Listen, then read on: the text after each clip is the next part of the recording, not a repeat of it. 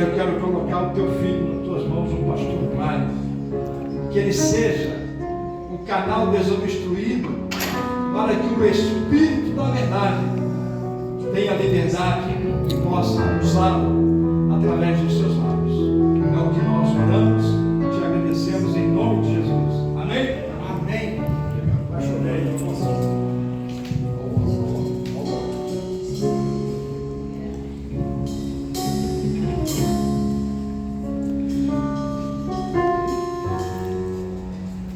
Irmãos, antes de nós meditarmos a palavra do Senhor nessa manhã, vamos orar pelo Silvio e a Valéria também, que pedem oração.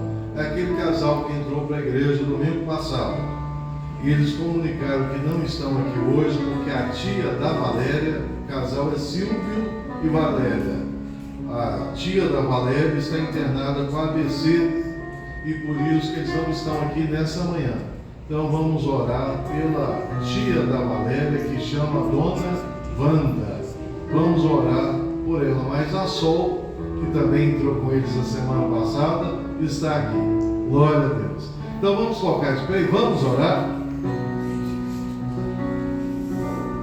Thelma, faz essa oração, Thelma. Senhor Deus e Pai, querido Pai amado, nessa manhã, venho te pedir, ó Deus, que o Senhor possa, Deus, visitar, Senhor. Esqueci o nome da senhora. Dona Wanda. A senhora Wanda, Que Pai, está com no ABC. hospital, Pai. Amém. Que o Senhor possa, Deus, entrar ali. Lucas capítulo 13.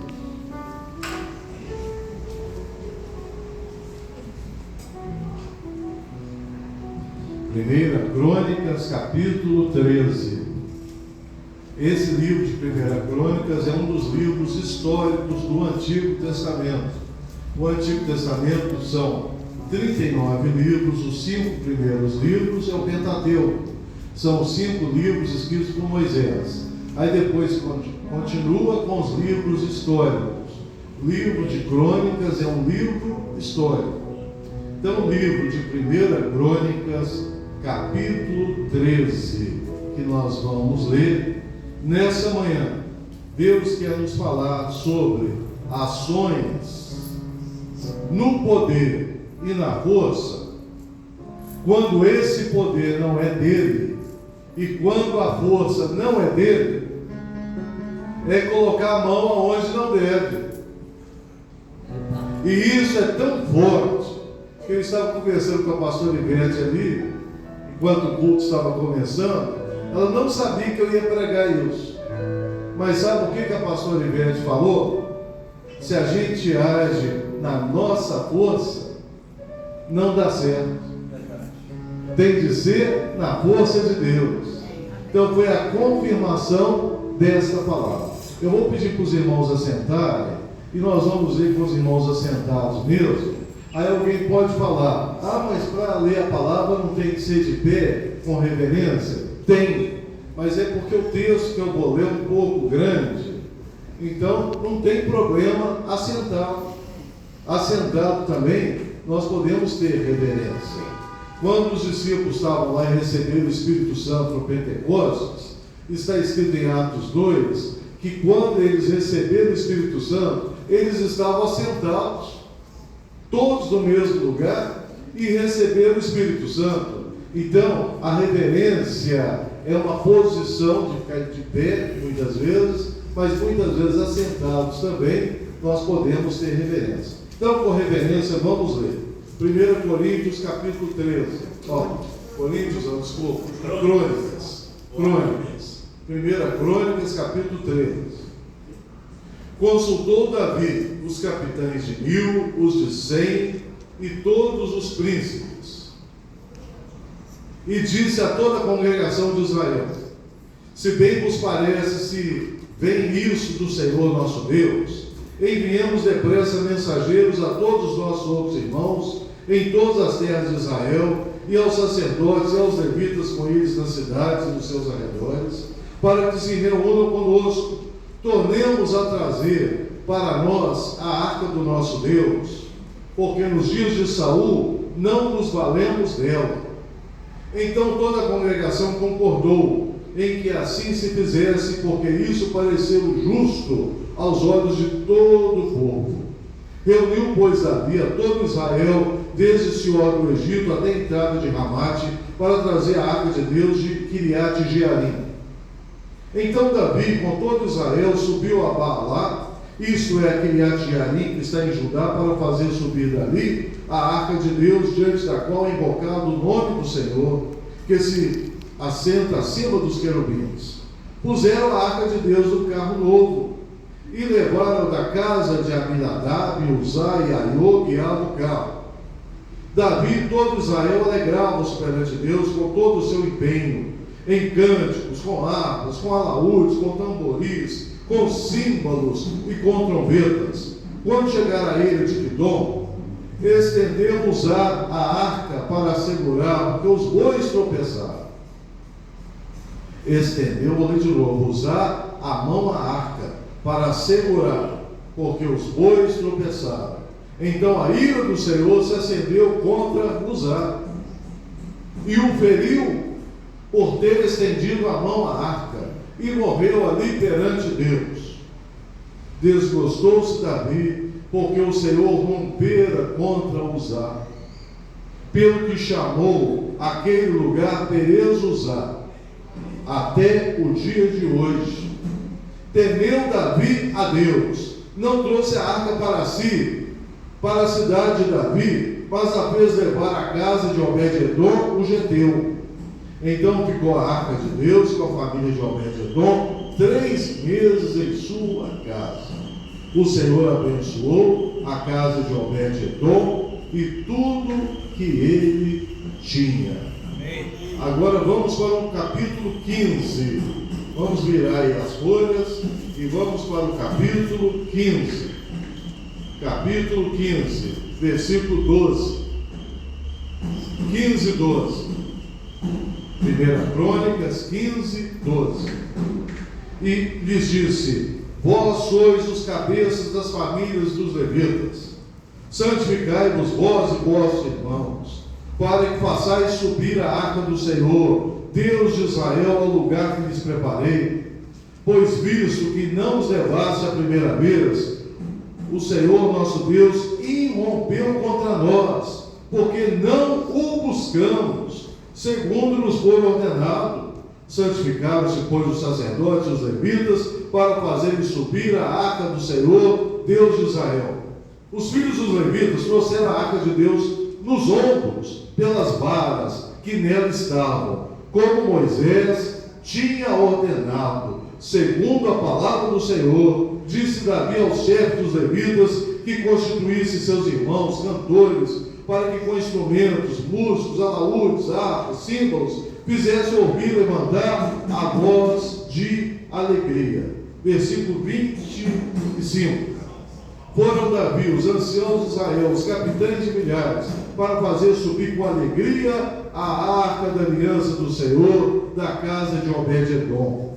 Tendo Deus ajudado os levitas, que levaram a arca da aliança do Senhor, ofereceram um sacrifício de 7 novilhos e 7 carneiros. E Davi, vestido com um manto de linho fino, como também todos os levitas, que levavam a arca, os cantores e Kenanias, chefes, que levavam também uma estola sacerdotal de linho. Assim todo Israel fez subir com júbilo a arca da aliança do Senhor, ao som dos clarins, trombetas e símbolos, fazendo ressoar alaúdes e harpas. Ao entrar a arca da aliança do Senhor na cidade de Davi, Mical, filha de Saul, estava olhando pela janela e vendo ao rei dançando e folgando, o desprezou no seu coração.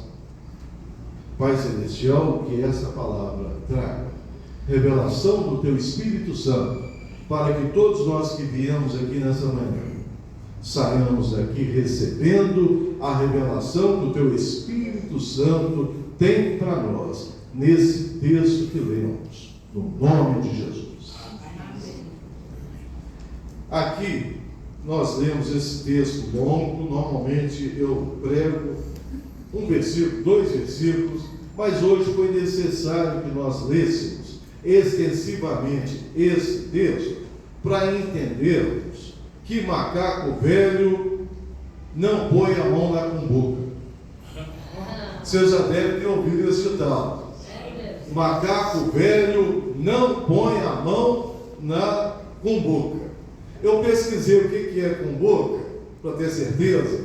Cumbuca pode ser duas coisas. Pode ser uma vasilha que o macaco põe a mão lá para pegar o que está lá dentro, banana, alguma coisa que ele gosta, e aí ele não consegue tirar a mão, porque para ele tirar a mão, ele tem que fechar, ele tem que soltar a banana que ele pegou. Mas a banana que ele pegou, ele não quer soltar, ele fica com a mão presa.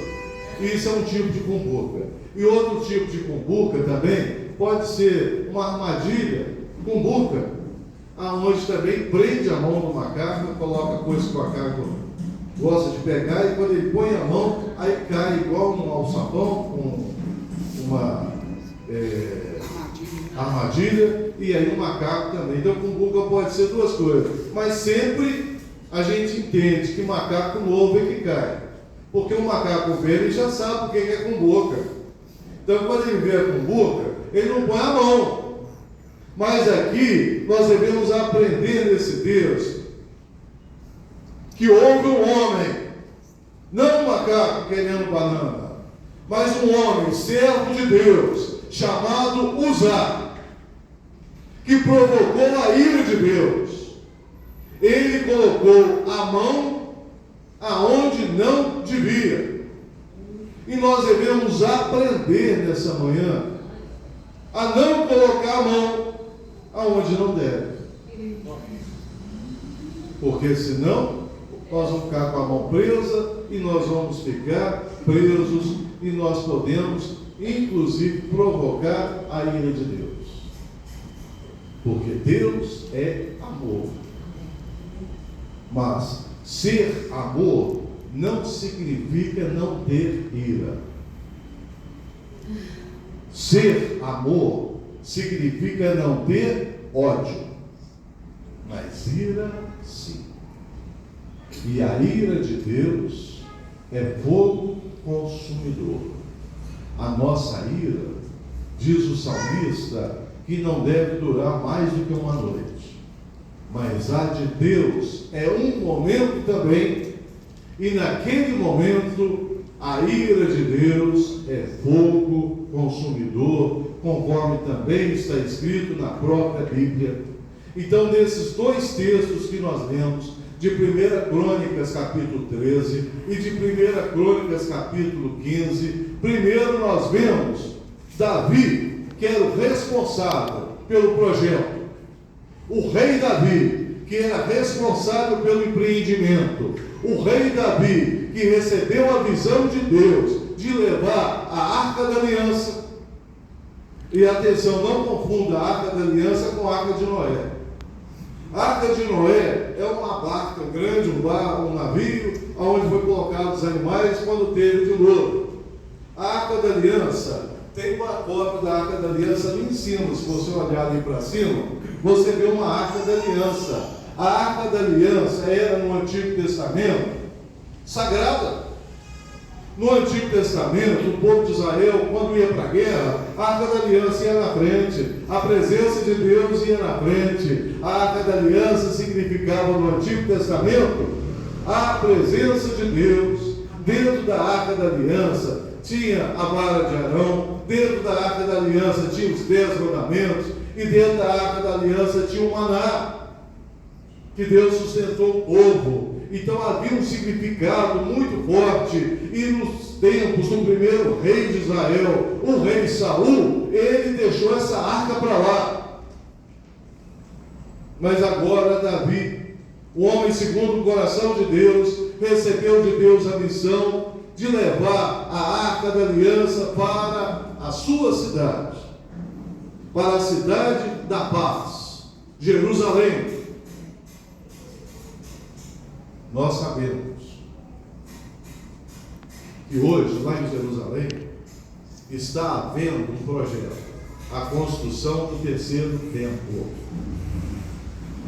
E acredita-se que nesse terceiro tempo, a Arca da Aliança, que é até tema de filme de Hollywood, vai retornar para Jerusalém. Entretanto, olhando aqui no texto que nós lemos, nós podemos aprender não apenas com os acertos de Davi. É muito comum nós ouvirmos pregações dos acertos, das coisas boas que Davi fez. Mas Davi errou também. Só Jesus nunca errou.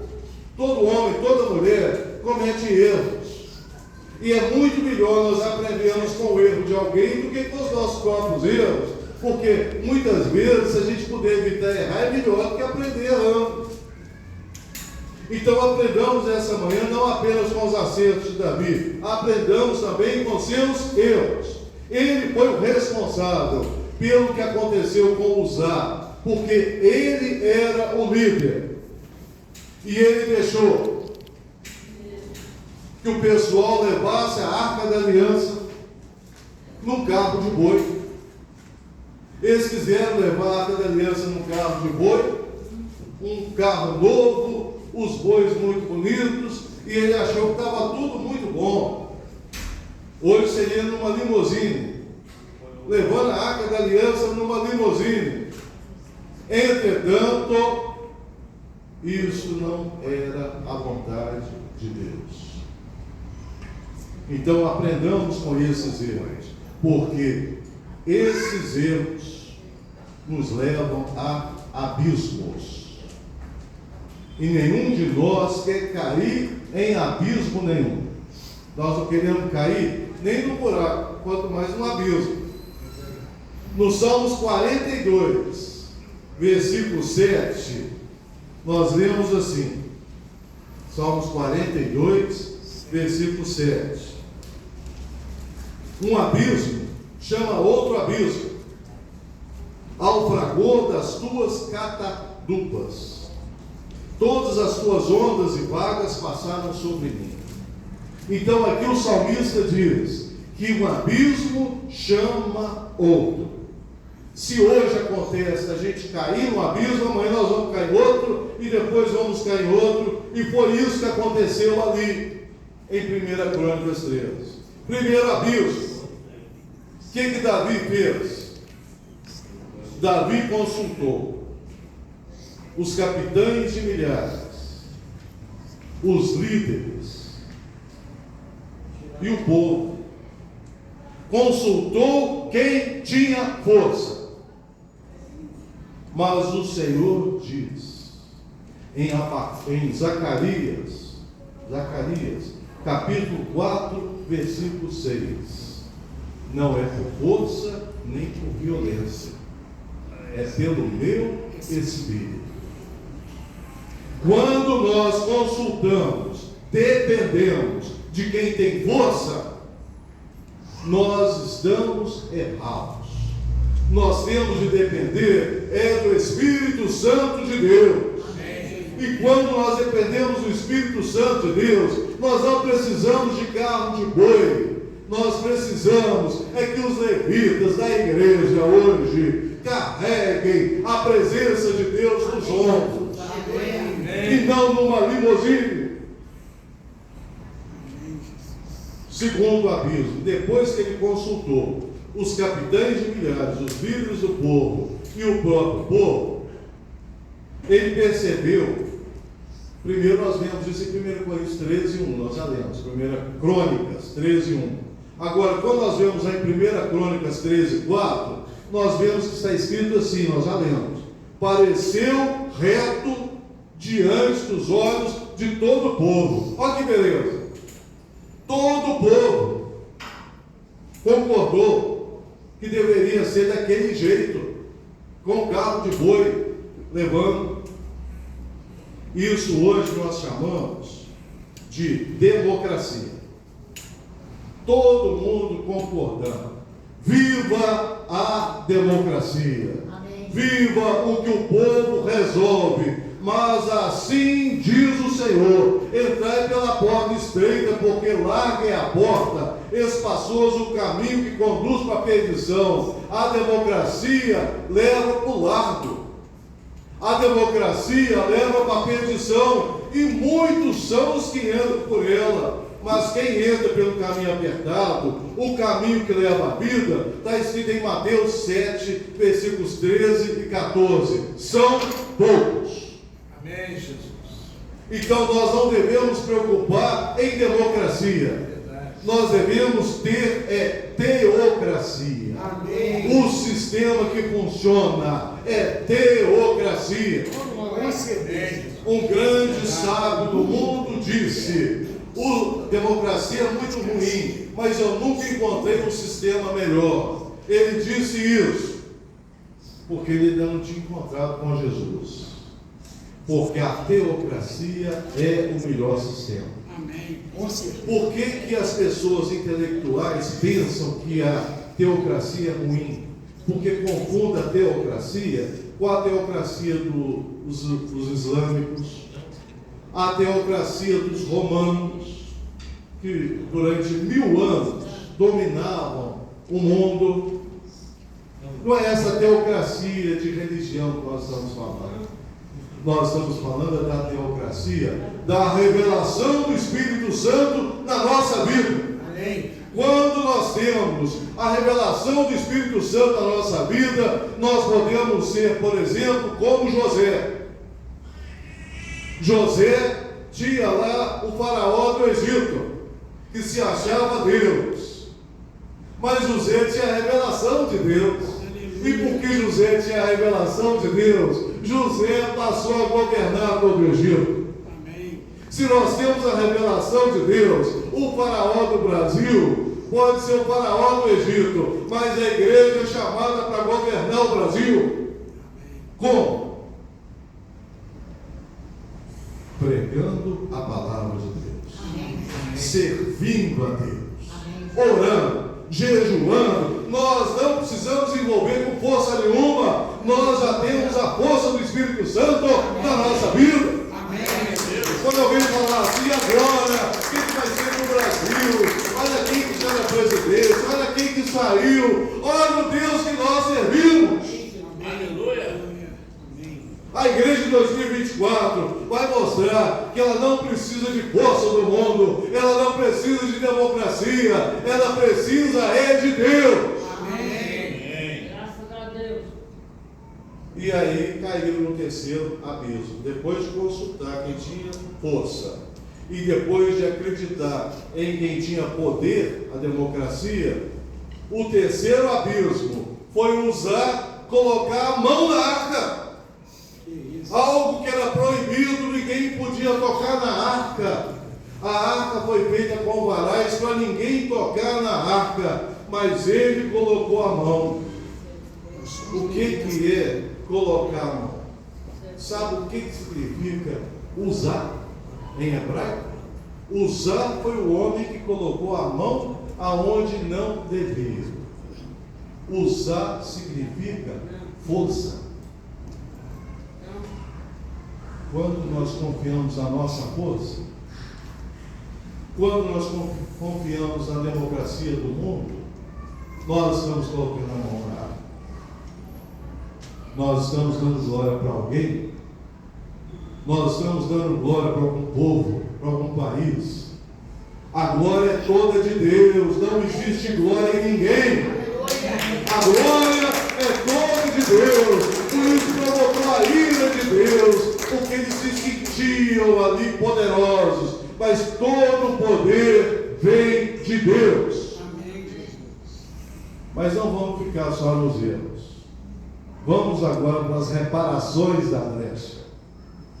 Porque Davi chamou aquele momento de Perez Uzá, a força que causou ruptura, a força que causou brecha. Vamos ver as brechas, como que elas devem ser restauradas, reparadas. Primeiro, nós precisamos consultar Deus e não quem tem força.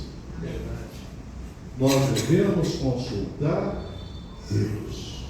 Davi, depois que aquilo ali aconteceu, Davi perguntou: como que eu vou levar? Aí Deus mostrou para ele como.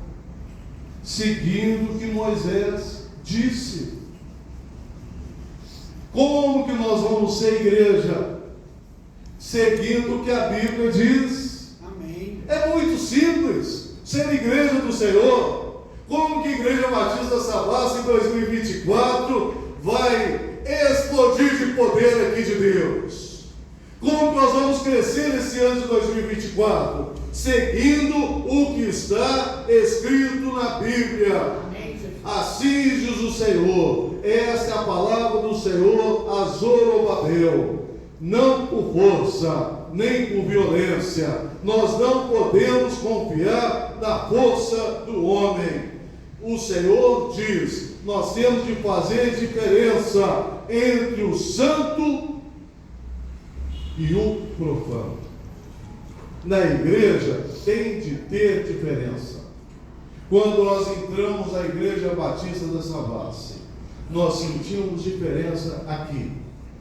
Para quem não serve a Deus, ou parece que é tudo igual? Eu sinto diferença quando eu entro aqui. Graças a Deus. Eu sei que eu estou em uma igreja. Segundo, reverência, ser solene. O que é ser solene? O que é ter reverência? É não ser desrespeitoso com a cultura, é não ser deselegante. O crente tem de ser elegante. Amém. Até uns 40 anos atrás, o crente era elegante. O crente há 40 anos atrás, às vezes ele usava calça pega-frango, às vezes ele usava gravata assim, igual Golias, mas ele era elegante. Ele andava com a Bíblia e todo mundo via que ele era crente. E todo mundo respeitava. E hoje, todo mundo vê que nós somos crentes. Nós não podemos perder. Essa é a reparação que nós precisamos ter. Eu não estou falando para a gente usar gravata curta, nem usar calça pega-frango, mas eu estou falando é que eu estou aqui com um iPad agora, eu estou com o celular no bolso, mas eu não posso deixar de usar a Bíblia. A Bíblia eu não posso deixar de usar, porque é testemunho. Quando eu saio de casa domingo, como o Rei pregou aqui há pouco tempo, domingo é dia de ir na igreja. Nós temos que estar com a Bíblia todo dia de manhã, ir para a igreja, nosso vizinho, na rua, aonde nós estivemos, na farmácia de Araújo, quando eu vou lá comprar um house, para não ficar com mau hálito depois do culto, eu poder conversar com as pessoas, eu vou para a Bíblia.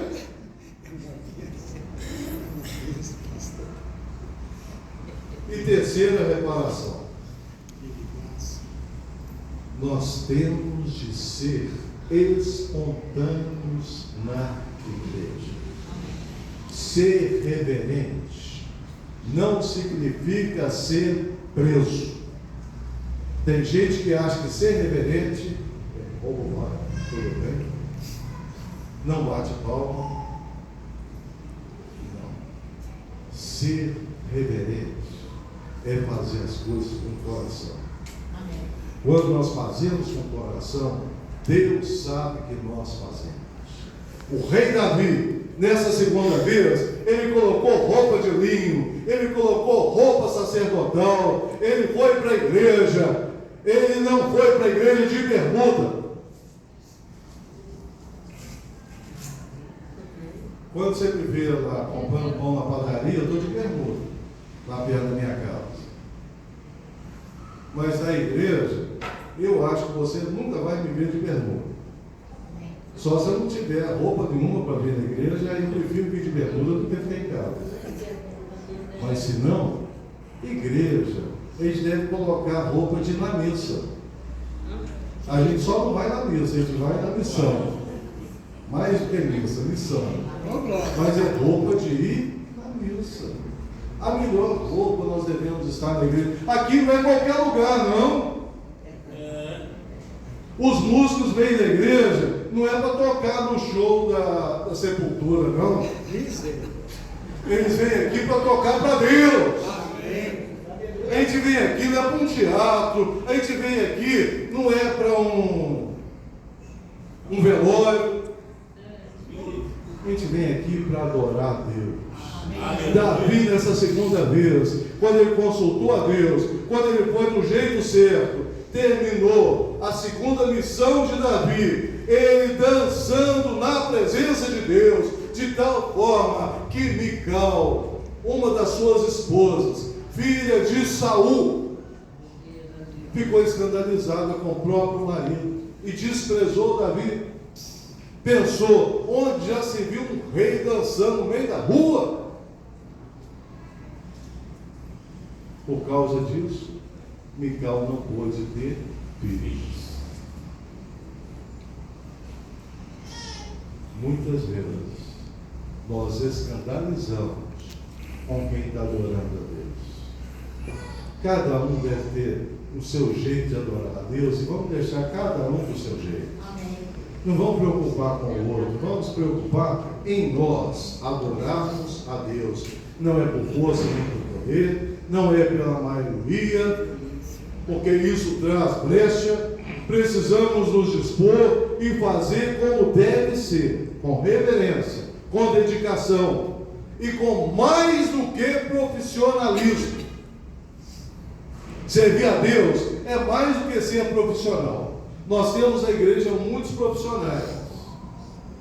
Nós temos o Edmar, o Arade, que são profissionais da beleza, e eles dedicam lá ao salão, trabalham muito. Nós temos o Mário, que é doutor, dá aula para jurista, deu aula até para o Pacheco. Nós temos muitas pessoas dedicadas aqui na igreja. Nós temos o Robson, que chove canivetes, mas ele está aqui. Nós temos o Marco Antônio, que chove canivetes, mas ele está aqui. Glória a Deus. Nós temos o Xande, o nosso querido Xande, que está aí na igreja nessa manhã. Tem muita gente dedicada. Nós temos que ser mais do que profissionais. Pensa que você faz o seu trabalho. Aqui tem que ser mais. Sabe por quê? Um profissional trabalha por causa do dinheiro e porque quer ser reconhecido também no trabalho. E nós não servimos a Deus por causa do dinheiro e nem para ser reconhecido. Nós servimos a Deus porque quando nós servimos a Ele, Ele provê tudo que nós precisamos. Amém. Não é salário, é provisão. E quando nós servimos a Deus, Ele reconhece que apesar de nós não conseguirmos fazer nada do jeito que deveria fazer, mas Ele reconhece a intenção do nosso coração. Então, nesse ano de 2024, diz o Senhor para nós, Isaías 58, 12. É o versículo da conclusão. Isaías 58, 12. Os que de ti procederem edificarão as antigas ruínas, levantarás os fundamentos de geração em geração, chamar-te-ão de reparador de brechas e restaurador de veredas para morar. Nós vamos dar esse intervalo aí, infelizmente, do carnaval, por causa do local da nossa igreja, mas nós vamos voltar, conforme a Luciane deu aqui os avisos dessa manhã. Nós vamos voltar logo depois do carnaval, para reparar toda a brecha e para restaurar caminhos na nossa região aqui da Savassi, na nossa cidade, no nosso país, para a glória de Deus. Amém? Amém. Vamos colocar de pé e vamos orar. Glória a Deus. Pai Celestial, nessa manhã eu coloco diante do Senhor a vida de cada um, de cada família que cada um aqui representa. Coloco diante do Senhor também, conforme já foi orado, aqueles que estão necessitando agora de uma intervenção do Senhor. Seja de doença, seja dificuldades que for, seja impedimento que for, que não puderam estar conosco nessa manhã. Nós ministramos a vitória do Senhor, porque nós estamos com a visão que esse ano é o melhor ano da nossa vida. 2024 só tem separado para nós vitória no Senhor. Nós somos mais que vencedores. Vitória. Nós vamos ter aqui na sexta-feira campanha Chave da Vitória. Nós vamos ter no domingo à noite culto da vitória. Nós vamos ter no domingo pela manhã Chave da Vitória. Nós vamos ter vitória todos os dias desse ano de 2024, a começar de agora. Traz, ó Deus, a resposta. Traz a capacitação que nós precisamos, a inspiração que nós precisamos para ter o Senhor, não como uma religião, para ter a verdadeira teocracia, que é o Teu Espírito Santo nos dando a direção para todas as coisas, em o nome de Jesus. Amém, amém e glória a Deus. Glória a Deus. Que a graça do Senhor Jesus, o amor do nosso Deus, o nosso Pai, e o poder do Espírito Santo, assim como foi com Davi, não permita que haja brechas na nossa vida, mas que haja reparação, para que nós experimentemos qual seja a boa, perfeita e agradável vontade de Deus. Que Deus nos abençoe, hoje e para sempre. Amém.